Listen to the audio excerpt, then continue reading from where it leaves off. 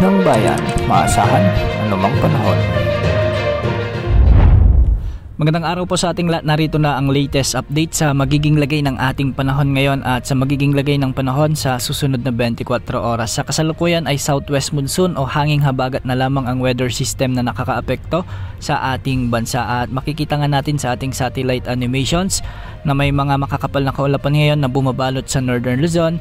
Ito ay pinagsamang epekto ng thunderstorms at ng habagat. Samantala, may low pressure area muli tayong na-monitor sa labas ng ating area of responsibility at namatan ito ng Pag-asa sa layong 1,885 kilometers hilagang silangan ng Basco, Batanes. Malayo ito sa kalupan ng bansa kaya wala itong magiging direktang epekto sa anumang bahagi ng ating bansa.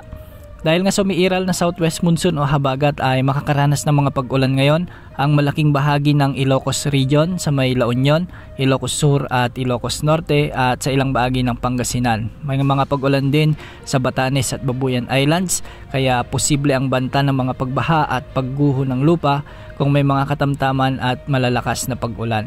Dulot pa rin ng umiiral na habagat o southwest monsoon ay magiging maulap naman ang mga kalangitan na may mga kalat-kalat na pagulan at thunderstorms sa buong Metro Manila, sa buong Central Luzon, ang malaking bahagi ng Negros Island Region, sa may Zamboanga Peninsula, sa may Bangsamoro Region o Bay ARMM, sa may Soxargen, kasama na ang Apayao, Abra, Benguet, Cavite, sa may Batangas, Occidental Mindoro, sa Palawan, sa may Antique, Aklan at ang nalalabing bahagi ng Cagayan Valley. Ang mga pag-ulan na ito ay posibleng magdulot ng mga biglaang pagbaha at pagguho ng lupa, lalo na kung may mga umiiral na katamtaman at minsan ay malalakas na pag-ulan.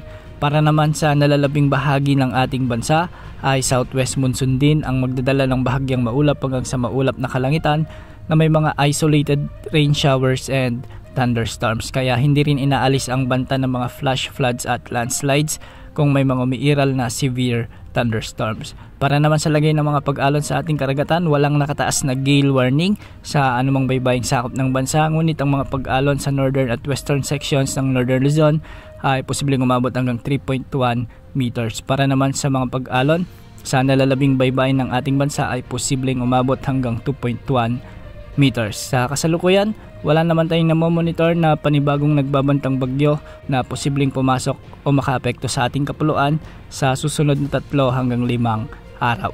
Yan muna ang update sa lagay ng panahon.